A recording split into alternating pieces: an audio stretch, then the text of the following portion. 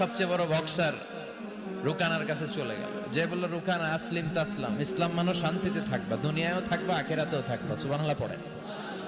রুকানা বলে, না আব্দুল্লাহর বেটা মোহাম্মদ, আমি তো কালিমা পড়বো না, যদি বক্সিং খেলে আমারে হারায় দিতে পারো তাইলে কালিমা পড়ব। বিষ্ণুনবী বললেন, আমি তো বক্সিং খেলি না রে বাপ।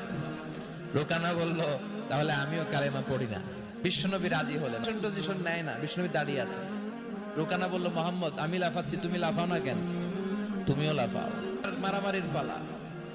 রুকানা বলে, মোহাম্মদ তুমি মারো। বিষ্ণুনবী বললেন, তুই মার। কারণ এখন রুকানাও মারে না, বিষ্ণুনবীও মারে না, খেলাও শুরু হয় না। এখন রুকানা বলে, মোহাম্মদ তুমি মারো।